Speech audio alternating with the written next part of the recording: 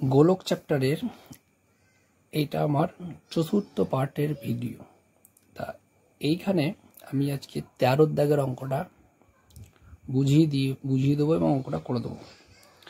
অঙ্কটা কি বলছে, 14 সেমি দৈর্ঘ্যের ব্যাসার্ধ বিশিষ্ট একটি ভূগোলকের অক্ষটির বক্রতলে 0.7 সেমি দৈর্ঘ্যের ব্যাসার্ধ বিশিষ্ট দুটি বৃত্তাকার ছিদ্র করা হয়েছে। ভূগোলকটির গোলাকার অংশের ধাতব পাতের ক্ষেত্রফল হিসাব করি। বেশ, প্রথমে একটু বুঝে নেই কি বলেছে। এরকম একটা গোলাকার ভূগোলক আছে, যার ব্যাসার্ধ বলে দিয়েছে 14 সেমি। তাহলে ভূগোলকটার ব্যাসার্ধ ধরে নিচ্ছি আর 14 সেমি। নোটটা তোমরা বানিয়ে নিও নিজে নিজে। তাহলে লিখবে কিভাবে, যে ধরি ভূগোলকটির ব্যাসার্ধ ব্র্যাকেটে আর সমান 14 সেমি। এবার এইখানে কি করেছে, যে দুটো বৃত্তাকার ছিদ্র করা হয়েছে, মানে এরকম ভাবে ধরো এই দিকে একটা করেছে, যেদিকে করুক দুটো সমান বৃত্তাকার ছিদ্র করেছে। তাহলে বৃত্তাকার বলেছে, তাহলে তার ব্যাসার্ধও থাকবে। তাহলে এর ব্যাসার্ধটা হচ্ছে, আমি এটা R1 ধরছি, 0.7 সেমি। তাহলে দুটোরই, তাহলে জানতে চেয়েছে ভূগোলকটির গোলাকার অংশের ধাতব পাতের ক্ষেত্রফল। তাহলে আমাকে যেটা করতে হবে, টোটালটার ক্ষেত্রফল বের করতে হবে, সেটা থেকে এই দুটোর ক্ষেত্রফল বাদ দিতে হবে। এই হচ্ছে অঙ্কটা। তাহলে এই যে আমার ভূগোলকটা, এর সমগ্র তলের ক্ষেত্রফল আমরা জানি 4 পাইয়ের স্কোয়ার। তাহলে আমরা লিখব এই যে ভূগোলকটার সমগ্র তলের ক্ষেত্রফল, সমগ্র তলের ক্ষেত্রফল 4 পাই আর স্কোয়ার। তাহলে এখানে আর স্কোয়ার নিয়ে বর্গ সেমি লিখবে, যাই হোক। তাহলে ক্যালকুলেশনটা হচ্ছে 4 × 22/7, 14 × 14। তাহলে কাটাকুটি করি, এটা হচ্ছে 2, তাহলে এটা হচ্ছে 88 × 14 × 2 = 28। তাহলে এই ক্যালকুলেশনটা করে নিই কত হচ্ছে দেখি। আচ্ছা, এখানেই করি। তাহলে 8 × 8 = 64, হাতে থেকে 6, 8 × 2 = 16, আর 6 × 22। তাহলে আবার নিশ্চয়ই এটাই আসবে। তাহলে আসছে 4, 6, 4, 2, 2464 বর্গ সেমি। এবার আমাকে বের করতে হবে এই যে গোলাকার ছিদ্র আছে এর ক্ষেত্রফল। তাহলে যেহেতু এরা একই, তাহলে একটার ক্ষেত্রফল বের করে তার সঙ্গে 2 দিয়ে গুণ করে দেবো।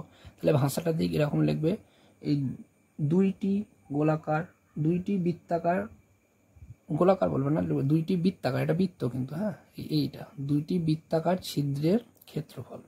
তাহলে 2 আর বৃত্তের ক্ষেত্রফল আমরা জানি পাই আর স্কোয়ার হয়, কিন্তু এখানকার ব্যাসার্ধটা ধরেছি R1 স্কোয়ার। তাহলে এইটা, তাহলে এটা দেখো 2 পাই মানে 22/7, আর স্কোয়ার মানে 0.7 × 0.7।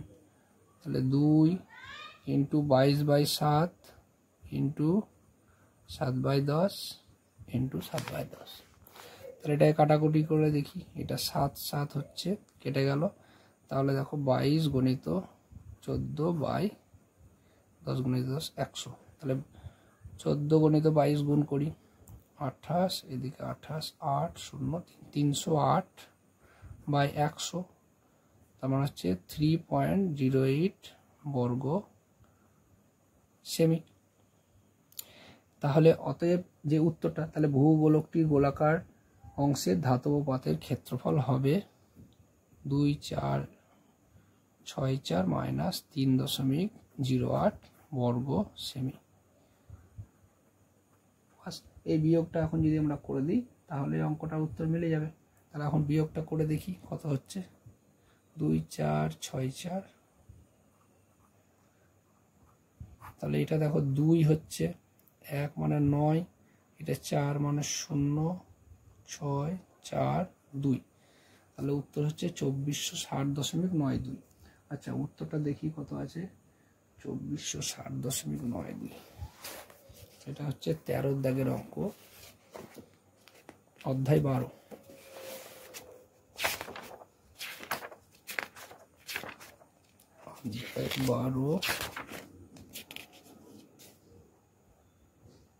2460.92 বর্গ সেমি। ঠিক আছে, তাহলে বোঝা গেল। তাহলে তোমার নোটটা কি লিখবে বলে দিই। প্রথমে লিখবে যে ভূগোলকটির বক্রতলের ব্যাসার্ধ ব্র্যাকেটে এরকম আর দিয়ে 14 সেমি, এবং এই যে বৃত্তাকার ছিদ্র দুটির ব্যাসার্ধ হচ্ছে R1 সমান 0.7 সেমি। এবার নিয়ম হচ্ছে বড় গোলকটা থেকে এই বৃত্তাকার ছিদ্র দুটির ক্ষেত্রফল বাদ দিতে হবে। তাহলে আমি সমগ্র তলের ক্ষেত্রফল বের করে নিলাম, যেটা হলো 2464 বর্গ সেমি। Just simple calculation. আর এটা যেহেতু দুটো বৃত্তাকার ছিদ্র আছে, একটা বৃত্তের ক্ষেত্রফল হয় πr², তাহলে πr1² ওই তো 2 করলাম, সেখান থেকে বেরোলো 3.08 বর্গ সেমি। এই দুটো বিয়োগ করে দিলাম, বাস অঙ্কের উত্তর মিলে গেল। আচ্ছা, এটা লিখে দিই বর্গ সেমি। তাহলে এটাই হচ্ছে এই অঙ্কটার উত্তর। তাহলে এইখানে আর একটা ইম্পর্টেন্ট অঙ্ক বোঝানো হয়ে গেল 13 দাগের।